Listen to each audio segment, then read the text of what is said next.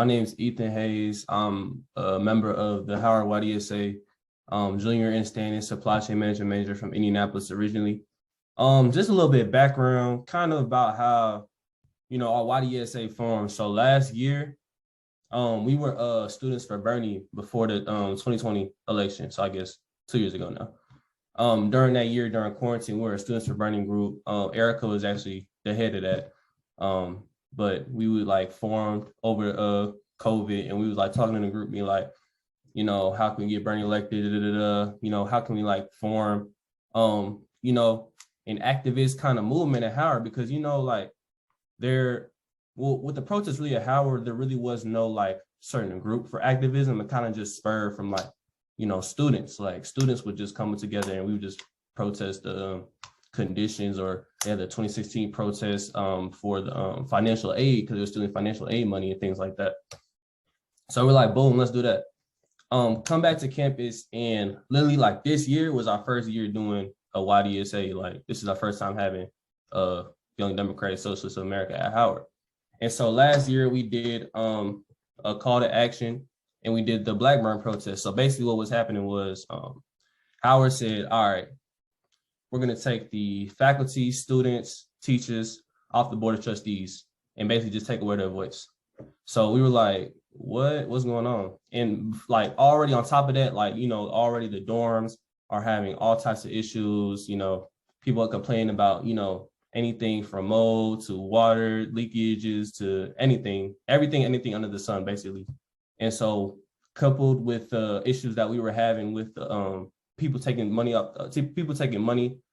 from these people and not managing financial aid correctly, and taking people off the board of trustees and things like that, we're like, all right, it's time. So we, along with the Live movement, which is like another progressive movement, not really at Howard, but like it's a DC area thing.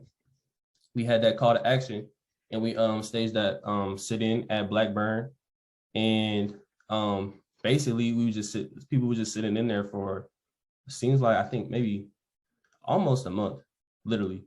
So we were just sitting in there, and we eventually had to get our demands met by the administration.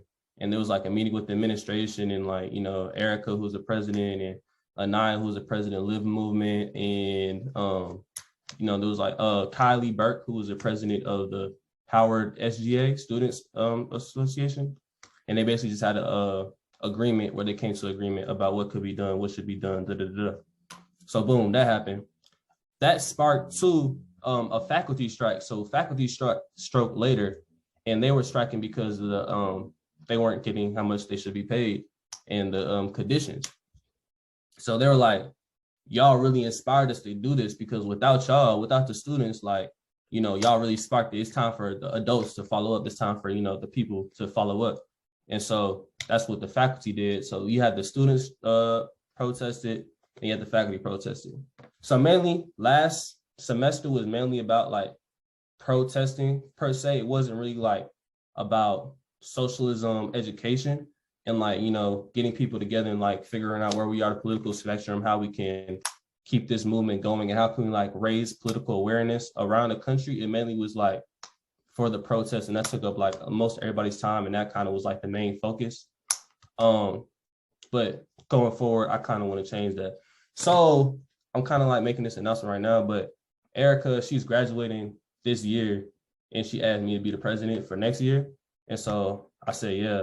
And so now I'm going to have several plans in place, in this, like work on this summer, and have several plans in place to, really get in like socialism awareness, and really like, start the education portion, and start really just building people's awareness, around the area. And he was talking a lot about like, or who was it? Zubin was talking a lot about neoliberalism at college campuses, especially at HBCUs, and that's like number one point.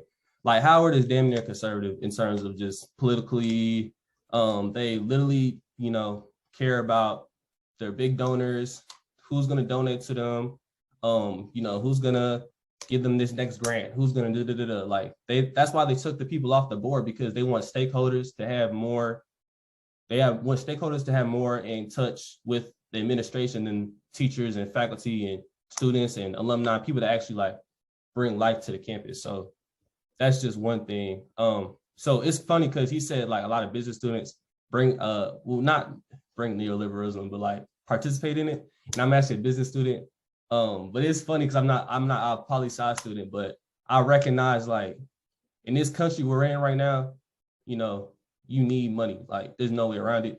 You need to know business. You need to know how things work. You know, if you don't know as a Black man, then you're nothing, like without money. So, you know, that's sad to say, but like that's kind of reality of the situation. So I was thinking about doing supply chain and doing law school too, but just doing that, you know, seeing the area we are in Howard, and it's very different because Howard's some would say it was like elitist school. So, you know, people were talking about, you know, being what's the word? Being settled, like being comfortable with your situation. Like a lot of that at Howard, like people are really comfortable, even though a lot of things should be updated. The amount of money they're paying to be there, the gentrification that's happening around Howard in the area, like a lot of these kids are like getting complacent and like they're seeing what Howard's supposed to be, and it's supposed to be like the Mecca, and people are like, you know, it's supposed to be one of the top HBCUs and all this legacy and, you know, all these things, but that's really the people that bring that. It's not really the campus. So people are trying to, that's what the protest was really about. Last semester, people were tired and sick of being complacent and, you know, expecting nothing from our administration, expecting nothing to be done. So that's what really we're trying to bring awareness to these things, and just trying to, you know, I don't want to overdo my time, but just trying to bring awareness to these things. And I really just want to see like leftist spaces, and even if you're not a socialist, if you're a communist, if you who are you? Anarchy, I don't know who are you, but I want to be able to bring people into this space where we can talk together, we can organize, and where we can really raise the political awareness. Because like you said, like Fred Hampton and these people did the work, and it's time for us to follow suit. I feel like a lot of people just, I guess it's not cool to talk about politics, you know, it's not cool to like, you know, be aware. It's not cool to be woke. You know, everybody wants to be just, you know, don't care about that type of stuff. But when you have people that actually care, and when you have people that actually not afraid to say they care, and people, you know, Black people that say, you know, we want to do these things, we want to get these things done, then, you know, it hits, especially HBCUs. So I think we're the next wave.